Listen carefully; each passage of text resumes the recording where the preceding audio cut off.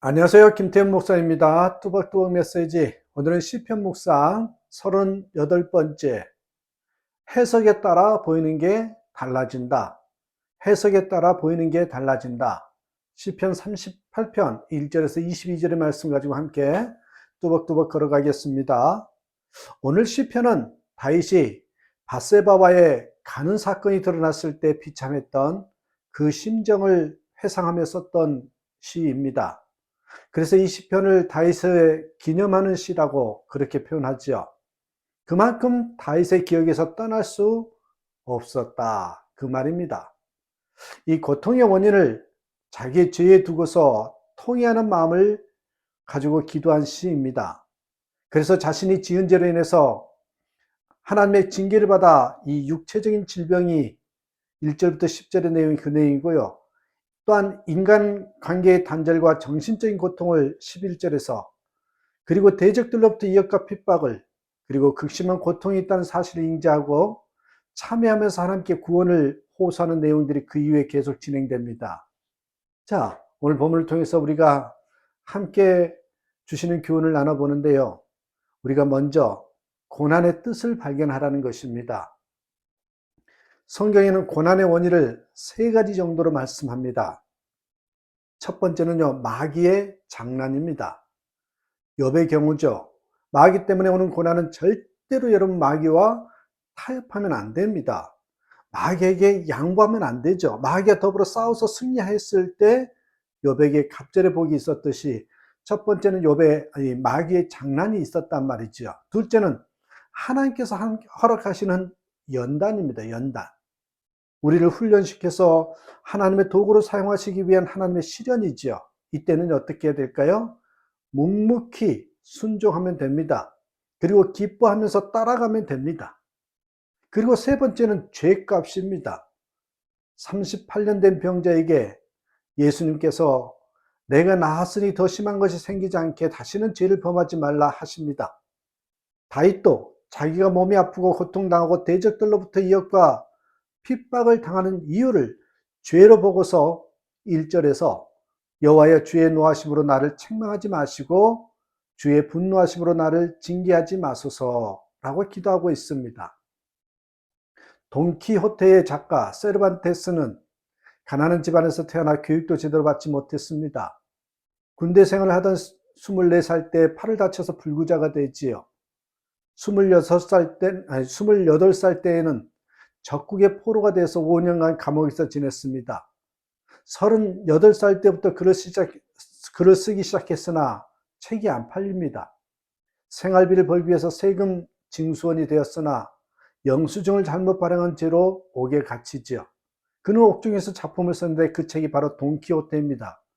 돈키호테는 고난이 낳은 작품으로 그의 신세를 바꿔놓습니다.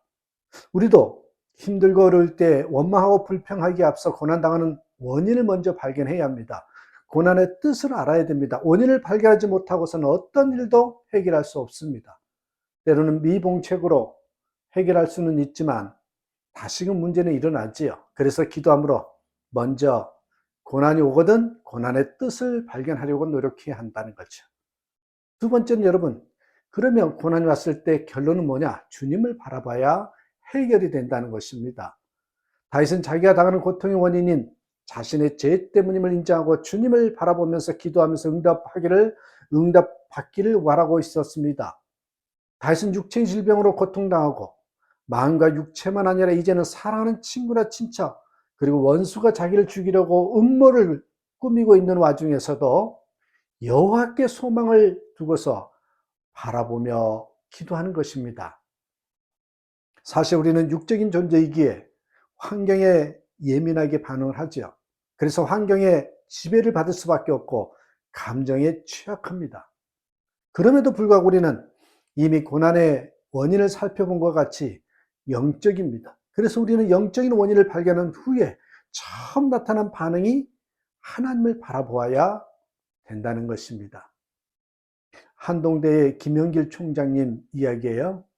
한동대가 하나님이 주인 되시는 대학, 그런 캐치플레이로 정체성을 지키려다 보니까 평범하지 않는 설립과정들과 재정난들을 겪으면서 온갖 구설수와 어려움을 겪으면서 급기야 일간지에 김영길 총장님을 비난하는 성명서가 실리기까지 되었습니다. 그때 아내되는 김영애 권사님은 통곡하며 울었다고 했습니다. 그런데 김영길 총장 본인은 보통 사람 같았으면 식사도 하지 못하고 잠도 자지 못했을 일을 당하고 그렇게 해서 들어왔는데도 아무렇지도 않게 식사하시고 코까지 골면서 주무시더랍니다. 사모님이 하도 어이가 없어서 당신은 그런 일을 당하시고도 아무렇지가 않아요?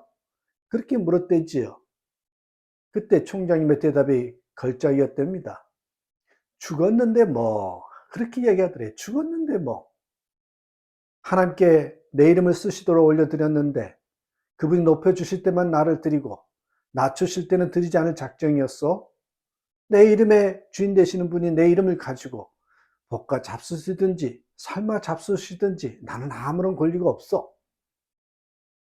밤은 괴로워하고 소리 지르고 몸부림친다고 빨리 지나는 것이 아닙니다. 밤은 밤대로 주시는 유익이 있으리라 믿고 여전히 찬양하고 주님만 바라보아야 합니다. 히브리 격언 중에 앞뒤 좌우가 막혔느냐? 하늘을 보아라. 하늘은 항상 열려 있다. 그런 말이 있답니다. 우리가 절망적인 사면초가인 상태라 할지라도 우리에게는 가능성이 열려 있다는 것입니다. 비록 하나님을 바라보는 것입니다. 고난의 때가 오히려 하나님을 바라보는 기회임을 말합니다. 하나님은 필요하면 우리의 영혼의 고난과 아픔을 주셔서 그 어려움 때문에 항상 하나님을 찾고 밤에 잠도 자지 못한 채 금식하면서 기도하도록 만드십니다. 이처럼 믿는 사람들은 하나님 앞에 나아가 부르짖어야 할 때가 있습니다. 세 번째로는 여러분, 죄를 자복해야 한다는 것이죠. 전 미국 대통령 중에 빈 클린턴 아시죠? 재임 기간 중에 백악관에서 인턴으로 일하던 린스키라는 여성과 부적절한 관계 때문에 스캔들에 휘말렸습니다. 당시 그는 2달이 넘게 거실 소파에서 자야 했습니다. 남편의 고백을 들은 아내 힐러리 여사는 그 순간에 남편의 목을 비틀고 싶었다고 털어놓았습니다. 이 사건 때문에 오랜 세월 동안 클린턴은 외롭고 힘든 시간을 겪어야 했습니다. 동료자이자 벗인 이 고 부통령에게까지 외면당했습니다. 한순간의 충동을 이기지 못한 것에 대한 쓰디쓴 대가를 치른 것입니다. 하원에서 그의 탄핵이 가결되었습니다. 4,500명이나 되는 목회자 앞에서 자신의 잘못을 고백했습니다. 그가 다시 그런 죄를 짓고 싶겠습니까? 죄의 대가는 치루어야 합니다. 죄는 자백해야 합니다. 다윗은 자기에게 닥치는 고난을 부정적인 관점에서 보지 않았습니다. 오히려 그는 고난으로 인해서 자신의 죄를 깨닫게 되죠. 그리고 회개를 합니다. 다윗은 아주 큰 죄인입니다. 간음과 살인을 저질렀으니까 말이죠. 그러나 왕으로서 덮을 수도 있습니다. 그냥 지나칠 수도 있습니다. 하지만 그는 죄를 죄로 인정하고 철저히 회개했다는 것이에요. 여기에 다윗의 위대함이 있습니다. 일반적으로 사람은 고난의 원인을 외부로 돌리고 자기 자신을 합리화시키는 편이 많습니다. 그래서 핑계나 변명으로 일관하지요. 하지만 다윗은 모든 문제는 나에게 있다는 것을 고백하면서 하나님께 요청을 했습니다. 이는 육적인 관점에서 사건을 바라보는 것이 아니라 영적인 관점에서 볼 수 있는 영성이 있기에 가능합니다. 만일 영성이 없었다면 죄를 죄로 볼 수 없었을 것입니다. 나단 선지자의 권면을 그냥 자기 부하가 귀신 신나라 까먹는 설 정도로 들었다면 죄로 여기지 않았을 것입니다. 그래서 죄를 자복한다는 것은 영성이 있다는 것이죠. 무한한 가능성이 있습니다. 영적인 사람으로 하나님께로부터 귀하게 쓰임받는 조건이 겸비한 자입니다. 하나님과의 관계를 점검하지 않고는 우리는 문제를 해결할 수 없습니다. 인간이 제 양심을 속이고 살아가면 무서운 독소가 그 안에서 성장하여 한 인생을 무감각의 세계로, 더 나아가 파멸의 세계로 이끌어갑니다. 세미한 암세포가 마침내는 생명 전체를 죽입니다. 하지만 자복하고 내려놓으면 새 생명의 역사가 나타나는 것입니다. 사랑하는 여러분, 고난에는 뜻이 있어요. 그 뜻을 발견하고 무엇보다도 하나님이 하심을, 또한 하나님이 모든 것을 보고 계신다는 것을 믿고 그 해석을 영적으로 해석하면 보는 게 달라진다는 걸 잊지 마시고 해석이 달라지는 저와 여러분의 삶이 되기를 주님의 이름으로 축복합니다. 감사합니다.